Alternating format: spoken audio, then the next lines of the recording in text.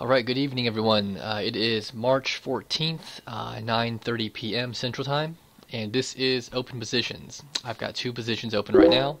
The first is FEYE. I've got 95. I sold a 95 call, and right here is when I sold it on this big red candle down. This was when an offering was made at $82. So I shorted a 95 call. Let's see, March monthly. So 95. Whoops, one more. Okay, more than that. So a 95 call. I shorted it when it was 1.15. So right now, if I covered, I'd be up $100 essentially. But with nearly a 98% probability of being out of the money and expiring, there's no reason for me to do it. So right now it's 76, and by next Friday's close, in order to screw me, it'd have to close all the way up a hair over 95, and that's about 19 points.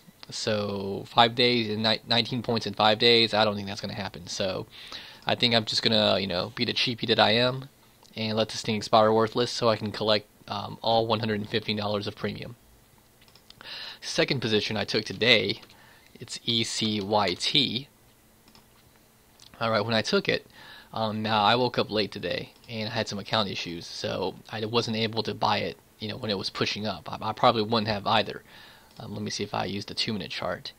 Maybe I would have bought it here, but when I woke up, it was consolidating in the 1390s. But once it started to break over this little area and into 1395, 96, that's when I bought it.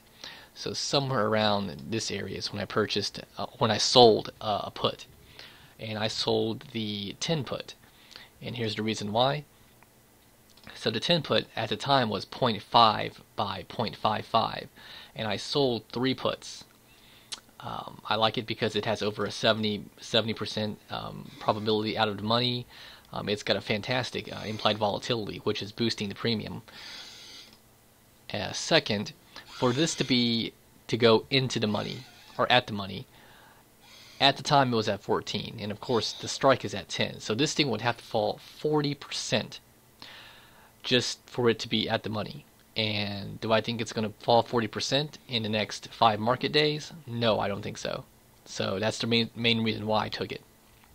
A huge amount of wiggle room, from 14 all the way to 10. So they have to go from 14. Whoops, hang on. Let me get this more accurate. So it closed today at 1365, so I'll start there. So about right here, all the way to 10. So it'd have to go cover all of this area downward in order to, again, make me worry. And I also like it because it's got a couple of moving averages. Let me get rid of this. A couple of moving averages. This is the 9 is the blue, 21 is the yellow. This teal is I think it's the 50. I may have those out of order, but nonetheless, it's got a whole bunch of moving averages above the 10 mark. And, if this thing does have, bad news, or if it does start tanking sometime next week, it's got support at about 1250. And let's say it starts tanking, Wednesday. Comes on down to the 1250s. Well, it's still got to bounce a little bit, little dead cat bounce, shorts taking your profits. And then, of course, if it wants to come down again, sure, that's fine. Again, I don't think this is going to reach, 10 in 5 days. And I will take that for, 50 cents in premium on every single contract. So if this works out and I just allow it to expire, it'll be worth $150.